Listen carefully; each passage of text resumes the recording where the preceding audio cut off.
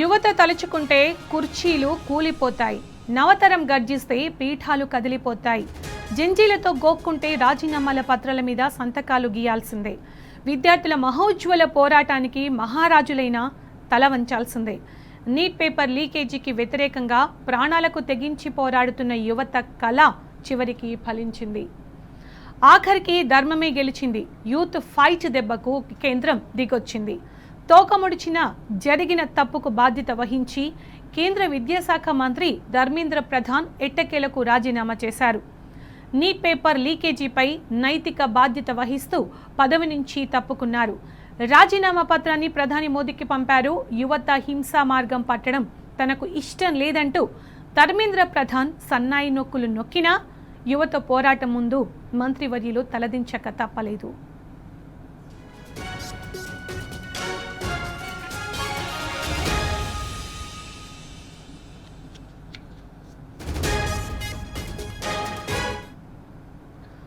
కేంద్ర విద్యాశాఖ మంత్రి ధర్మేంద్ర ప్రధాన్ రాజీనామాతో విద్యార్థుల సంబురాలు చేసుకుంటున్నారు. జంతర్ మంతర్ వద్ద సెలబ్రేషన్స్ మిన్నంటాయి.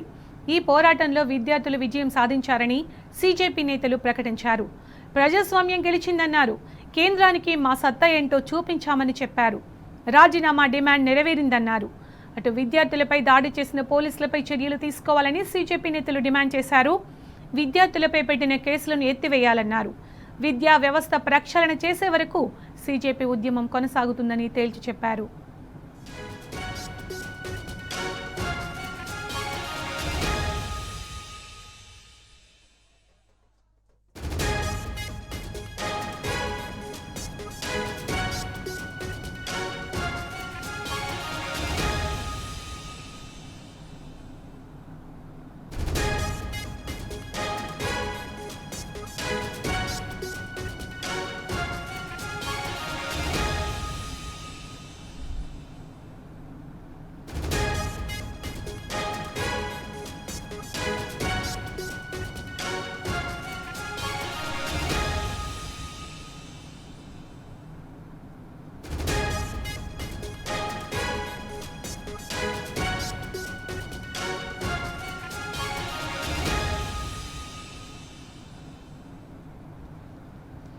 ఇదే అంశానికి సంబంధించిన పూర్తి సమాచారం మా ఢిల్లీ ప్రతినిధి సురేష్ అందిస్తారు. సురేష్, ఫైనల్ గా యూత్ ఫైట్ దెబ్బకు కేంద్రం దిగొచ్చింది. కేంద్ర విద్యాశాఖ మంత్రి ధర్మేంద్ర ప్రధాన్ ఎట్టకేలకు రాజీనామా చేశారు. ఫైనల్ గా యువత కళ చివరికి ఫలించిందనుకోవచ్చా? యువత తలుచుకుంటే ఏదైనా సాధిస్తారు అనే దానికి ఇది ఒక ఎగ్జాంపుల్ అనుకోవచ్చా? అప్డేట్స్ ఏంటి?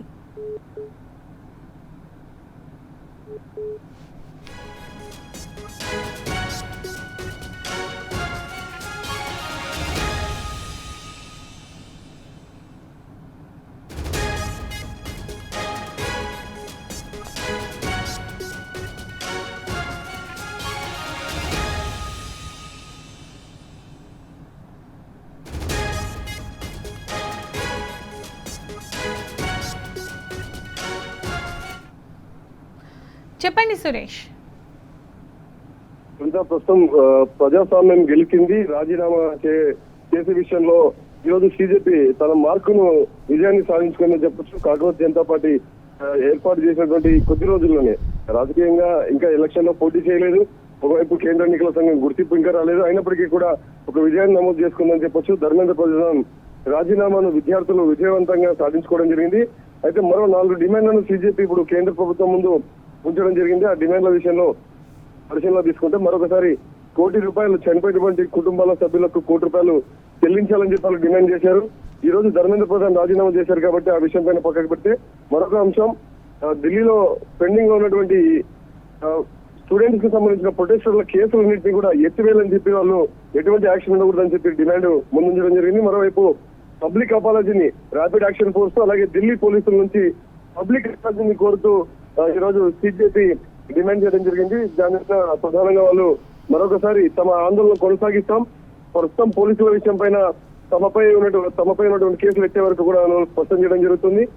మరోవైపు ధర్మేంద్ర ప్రధాన్ రాజీనామాని సమర్పిస్తూ కూడా తను స్పష్టంగా ఇంకా ఇప్పటికీ ప్రధానమంత్రికి ఇవ్వాల్సినటువంటి ఒక లేఖ విషయంలో సింగిల్ లైన్ లో రెసిగ్నేషన్ పంపించాల్సి ఉంటుంది. ప్రెసిడెంట్ కి వెళ్ళిన తర్వాత ఆమోదం పొందుతుంది. అయితే విద్యార్థులు ఆయన అడ్రస్ చేస్తూ ప్రధానమంత్రికి కూడా తెలియజేస్తూ రాజీనామా చేయడం జరిగింది. ఉపాధ్యాయులు మరియు విద్యా సంస్థల కోసం అంకితభావంతో ఇన్నాళ్ళు పనిచేశాను. బలమైన సమగ్రమైన పారదర్శకమైన విద్యా వ్యవస్థ కోసం తాను పనిచేశారని చెప్పి మాట్లాడుతున్న రెసిగ్నేషన్ ని పబ్లిక్ గా ట్విట్టర్ వేదికగా ఇవాళ విడుదల చేయడం జరిగింది. 2006 మే 3న నిర్వహించిన నీట్ యూజీ పరీక్షల్లో అవకతవకలు వెలుగు చూశాయి. దీనిపై కేంద్ర ప్రభుత్వం వెంటనే స్పందించి కూడా సిబిఐకి దర్యాప్తుకు అప్పగించినటువంటి విషయాన్ని తెలియజేస్తూ కంప్యూటర్ బేస్డ్ టెస్ట్ విధానంలో నిర్వహించాల్సిన పరీక్ష ఆధారిత విషయంలో లోపాలు జరిగిన విషయాన్ని ఆయన చెప్పడం జరిగింది. దాంతోపాటు 20 లక్షలకు పైగా విద్యార్థులు పరీక్షలు ఎలాంటి ఇబ్బంది లేకుండా నిర్వహించడమే మా ప్రధాన లక్ష్యంగా ఇప్పటి వరకు మేము పనిచేశామంటూ ఆయన లేఖలో ఇచ్చినటువంటి రిజిగ్నేషన్ లేఖలో స్పష్టంగా తెలియజేయడం. తల్లిదండ్రుల సహకారంతో 2026 జూన్ 21న పరీక్షను మరొకసారి విజయవంతంగా పూర్తి చేశామని కూడా ఆయన స్పష్టం చేశారు. దాంతోపాటు జూలై 16న రిజల్ట్స్ ఇచ్చిన విషయాన్ని కూడా స్పష్టం చేస్తూ బాధ్యతాయుత స్థానంలో ఉన్న వ్యక్తులు విద్యార్థులను తప్పుదోవ పట్టించే ప్రయత్నం చేయడం లేదంటూ తీవ్రంగా కలిసివేసిందని చెప్పి ఆయన ఈ రోజు రిజిగ్నేషన్ సబ్మిట్ చేయడం జరిగింది. జంతర్ మంతర్లో మరియు దేశంలోని ఇతర ప్రాంతాల్లో ఏర్పడిన పరిస్థితులను దేశ వ్యతిరేక శక్తులకు తమ ప్రయోజనాలకు అనుగుణంగా వాడుకునే అవకాశాలు ఉన్నాయి కాబట్టి తాను దేశ ఐక్యత దెబ్బతినకుండా విద్యార్థి భవిష్యత్తును దృష్టిలో ఉంచుకొని న్యాయపరమైనటువంటి చిక్కులు పడకున్నటువంటి విద్యార్థులకు ఇబ్బంది కలగకుండా భవిష్యత్తు నిర్మాణాన్ని వినియోగించుకునే ఉద్దేశంతోనే నేను రాజీనామా పత్రాన్ని ప్రధానమంత్రికి పంపిస్తున్న విషయాన్ని ధర్మేంద్ర ప్రధాన్ తెలియజేయడం జరిగింది. ఇటు ఆ ప్రధాని మార్గదర్శకత్వంలో ఆయన విశ్వాసంతో నిరంతరం సహకారం పట్ల నా హృదయపూర్వక కృతజ్ఞతలు తెలియజేస్తూ కూడా ఆయన స్పష్టం చేశారు. అయితే ఇటు సిజెపి మాత్రం ఈ ప్రకటన వచ్చిన వెంటనే 2018లో దేశవ్యాప్తంగా వచ్చినటువంటి నీటి ఉద్యమంలో కూడా సురేష్, కేంద్ర విద్యాశాఖ మంత్రి ధర్మేంద్ర ప్రధాన్ రాజీనామాకు సంబంధించి అంటే యువత కోరుకుందే ఇది, సిజెపి కోరుకుందే ఇది కదా, వాళ్ళు ఏమంటున్నారు? యువత అంతా కూడా ఈ విషయం పైన సంతోషాన్ని వ్యక్తపరుస్తున్నారు. తమ విజయం సాధించామనే విషయాన్ని స్పష్టం చేస్తున్నారు. మరోపు విద్యా వ్యవస్థలో సంస్కరణలు తీసుకురావాలనే విషయాన్ని స్పష్టంగా కేంద్ర ప్రభుత్వంపై ఒత్తిడి తీసుకెందుకు భవిష్యత్తులో తమ కార్యాచరణ ఉంటుందన్న విషయాన్ని స్పష్టం చేస్తున్నారు. దాంతోపాటు విద్యార్థులపైనటువంటి కేసులను ఎత్తివేయాలనే విషయాన్ని, అలాగే ఢిల్లీ పోలీసులు తమ క్షమాపణలు చెప్పాలి, అలాగే ఢిల్లీ పోలీసులు ఏసీపీని వెంటనే తొలగించాలి తన విధుల నుంచి, తన విషయం పైన కేంద్రంపై ఒత్తిడి తెచ్చేందుకు తమ ఆందోళన ముందుకు సాగుతుందని చెప్పి సిజెపి చెప్పడం జరుగుతుంది. ప్రస్తుతం అయితే ఇంకా ఆందోళన విద్యార్థులు విరమించలేదు. పూర్తి కోలాహలంలో విద్యార్థులందరూ కూడా ఆనందోత్సవాల్లో మునిగి తేలుతున్నారు. మరోవైపు ఇటు సిజెపికి సంబంధించి పార్టీని ఇప్పటి వరకు నెలకొల్పి ముందుకెళ్తున్నటువంటి కాంగ్రెస్ పార్టీ అధినేత కూడా ఈ విషయంలో సమావేశంలో మాట్లాడుతూ ఇదొక తల్లి విజయంగా భావిస్తూ ఆనందాన్ని వ్యక్తపరచడం జరిగింది. Right Suresh, thanks for the beats.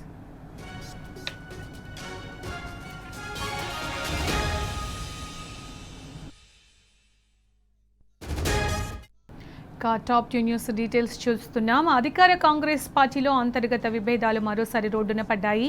Komatireddy బ్రదర్స్ను target చేస్తూ తుంగతుర్తి కాంగ్రెస్ ఎమ్మెల్యే మందుల సామీలు సంచలన వ్యాఖ్యలు చేశారు.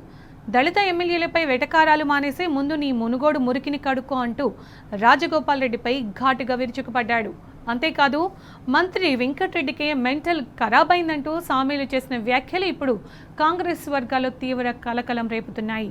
వీధి రౌడీలు కూడా ఆశ్చర్యపోయేలా కాంగ్రెస్ ఎమ్మెల్యేలు ఒకరిపై ఒకరు దూషించుకుంటున్నారని ప్రజలు విసుక్కుంటున్నారు.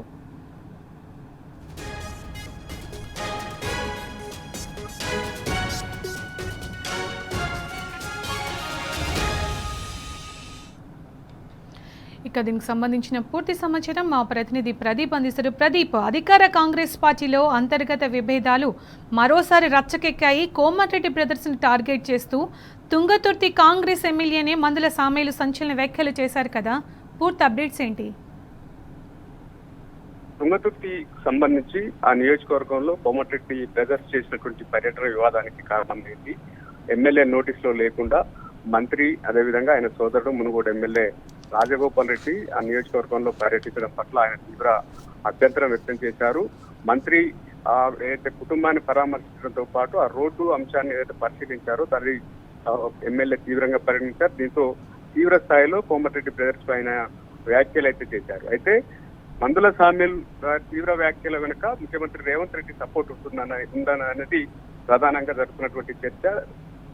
మంత్రికి అదేవిధంగా ఎమ్మెల్యే రాజగోపాల్ రెడ్డి పట్ల ఆయన ఘాటు వ్యాఖ్యలు చేయడం, ముఖ్యమంత్రి సపోర్ట్ తోనే ఆయన వ్యాఖ్యలు చేసి ఉంటారనే ప్రచారం అయితే జరుగుతూ ఉంది. ఎందుకంటే ఆ ఎమ్మెల్యేకి తెలియకుండా అయితే మునుగోడు ఎమ్మెల్యే వెళ్ళడం కావచ్చు, లేదా మంత్రి పర్యటన చేయడం పట్ల ఇతరులు కూడా తప్పుపడుతున్నటువంటి పరిస్థితి. ఎందుకంటే ఎమ్మెల్యేకు నోటీసులు ఉంచే ఆ నియోజకవర్గానికి వెళ్లాల్సి ఉంటుంది, కానీ ఆయనకు సంబంధం లేకుండా వెళ్లారనేది ఆయన చెప్తున్నటువంటి మాట. అయితే గతంలో కూడా స్థానికంగా ఉన్నటువంటి పాత కాంగ్రెస్ నేతలకు ఎమ్మెల్యేకి మధ్య వివాదం తలెత్తింది. ముఖ్యంగా మండల కాంగ్రెస్ అధ్యక్షుల నియామకం పట్ల వారంతా వచ్చి గాంధీ భవన్ లో నిరసన చేశారు. దీంతో పిసిసి ఇన్వాల్వ్ అయ్యి దానికోసం అబ్జర్వర్ నియమించింది. అబ్జర్వర్ గా పిసిసి వర్కింగ్ ప్రెసిడెంట్ జగ్గారెడ్డిని నియమించిన తర్వాత అందరి అభిప్రాయం తీసుకుని ఆయన ఒక రిపోర్ట్ కూడా సిద్ధం చేసినటువంటి నేపథ్యంలో తాజాగా కోమటిరెడ్డి బ్రదర్స్ వెళ్లడం పట్ల ఆయన అభ్యంతరం అయితే వ్యక్తం చేశారు, తీవ్ర స్థాయిలో కామెంట్ చేశారు. ఈ రోజు కూడా మరోసారి మునుగోడు ఎమ్మెల్యే రాజగోపాల్ రెడ్డి పైన టికెట్ అనేది ఏటీసీ చేతిలో ఉంటుందని చెప్పి కూడా మాట్లాడినటువంటి పరిస్థితి. మరోసారి ఆయన పైన వ్యాఖ్యలు చేశారు. దీనికి సంబంధించి రాజగోపాల్ రెడ్డి రియాక్ట్ అవుతారా లేదా చూడాల్సినటువంటి పరిస్థితి. మొత్తానికైతే ఈ వ్యవహారం కాంగ్రెస్ పార్టీలో ఒక హాట్ టాపిక్ గా మారింది. ఈ అంశాన్ని పిసిసి ఏ రకంగా సెట్ చేస్తూ చూడాల్సినటువంటి పరిస్థితి ఉంది. Right Pradeep, thank you. తెలంగాణలో విద్యార్థులకు కొత్త యూనిఫామ్స్ విషయంలో కాంగ్రెస్ సర్కారు చేతులెత్తేసింది. పాఠశాలలు ప్రారంభమై నెల రోజులు గడిచినా కొత్త యూనిఫామ్స్ ముచ్చటే లేదు.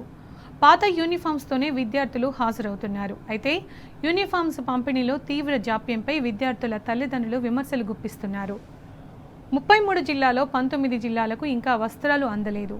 మేలో పూర్తవలసిన కుట్టు పనులు నిలిచిపోయిన పరిస్థితి నెలకొంది. వస్త్రాల సరఫరాలో తయారీ సంస్థల ఆలస్యాన్ని ప్రభుత్వం ఎంత మాత్రం పట్టించుకోవడం లేదు. దీంతో విద్యాశాఖ నిర్లక్ష్యంపై తల్లిదండ్రులు, విద్యార్థి సంఘాలు ఆగ్రహం వ్యక్తం చేస్తున్నారు. దీనిపై ముఖ్యమంత్రి రేవంత్ రెడ్డి రివ్యూ నిర్వహించారు.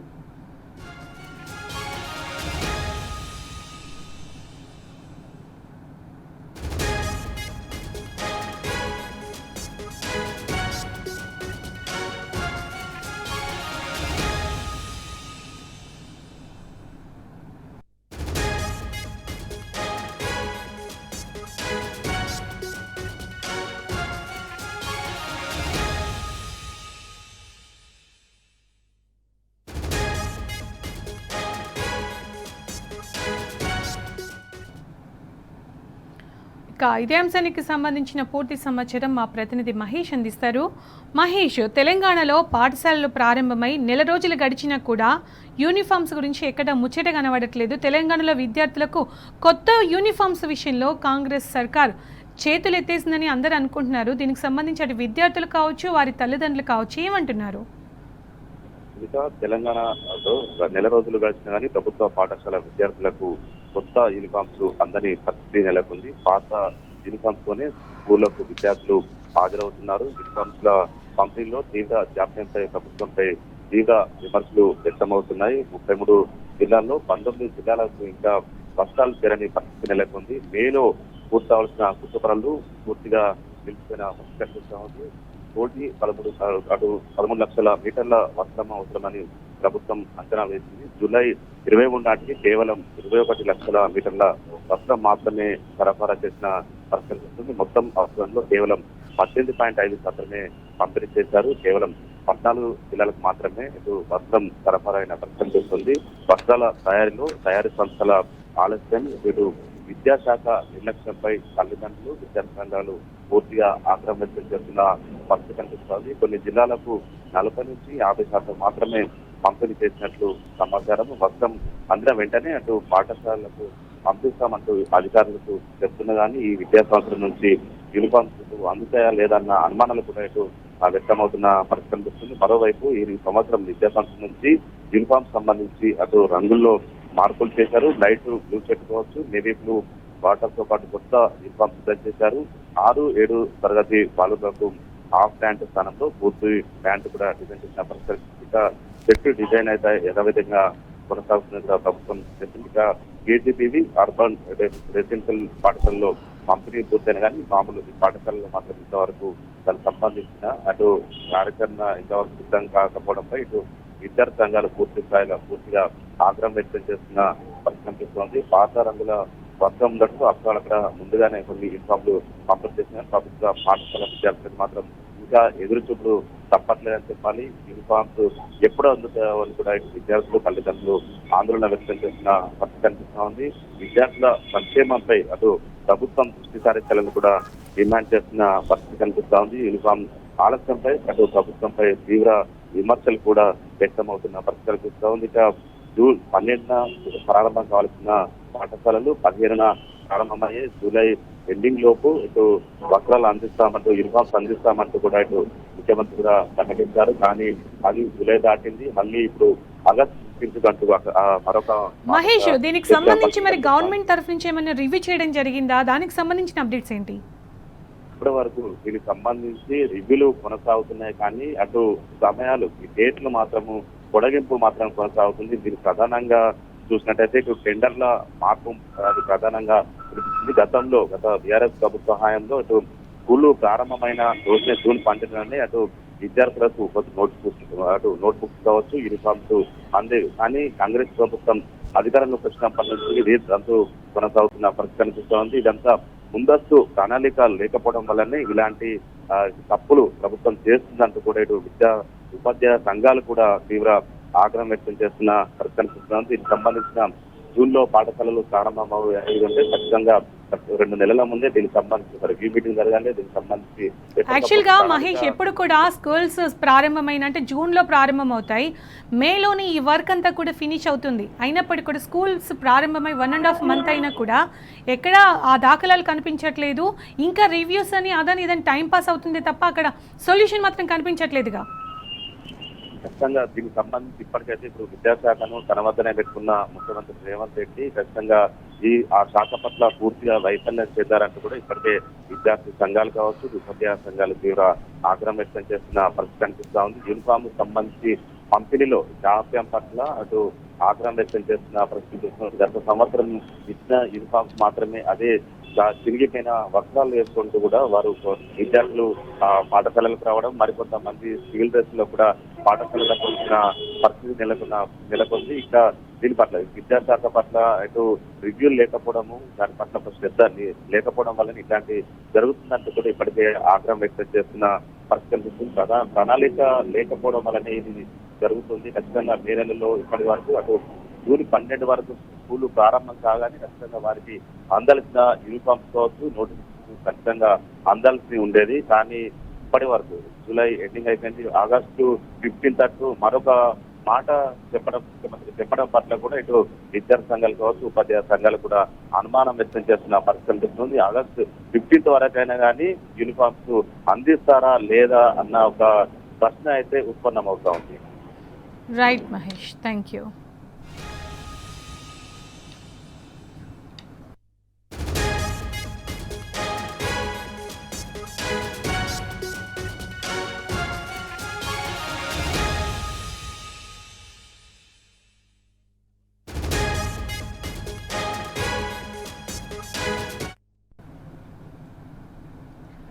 వానాకాలం ప్రారంభమై నెల రోజులు దాటినా ఇప్పటికీ ఆశించిన స్థాయిలో వర్షాలు కురవడం లేదు. దీంతో ఈ సీజన్లో పంటల సాగు ఆశాజనకంగా కనిపించడం లేదు.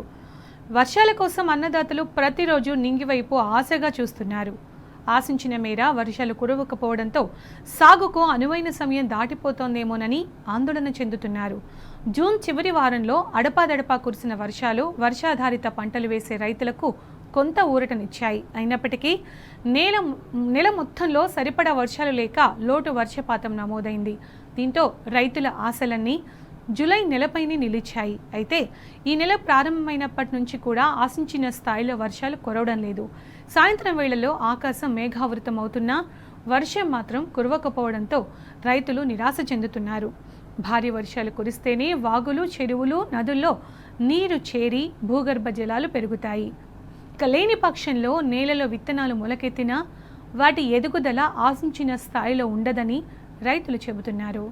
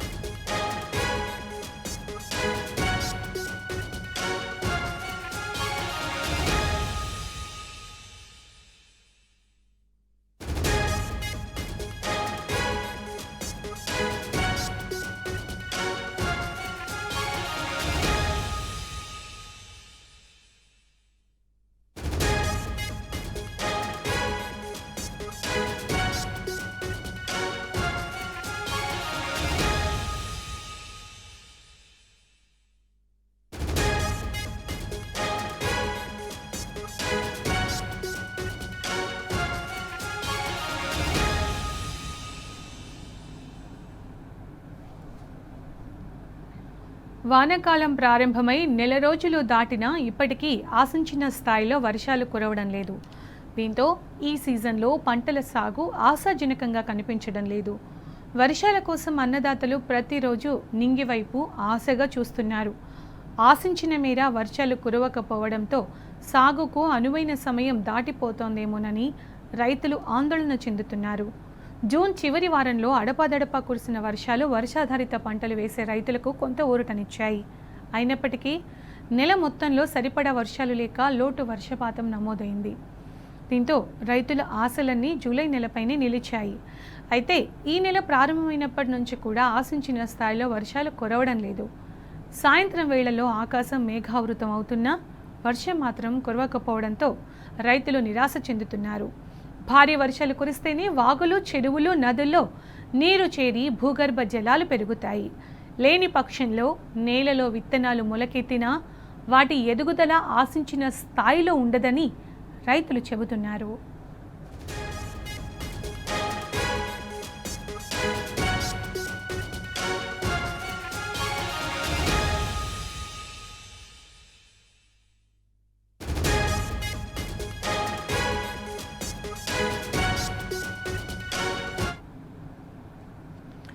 ఇది వాల్టి 4 PM టాప్ న్యూస్ అప్డేట్స్. నమస్తే.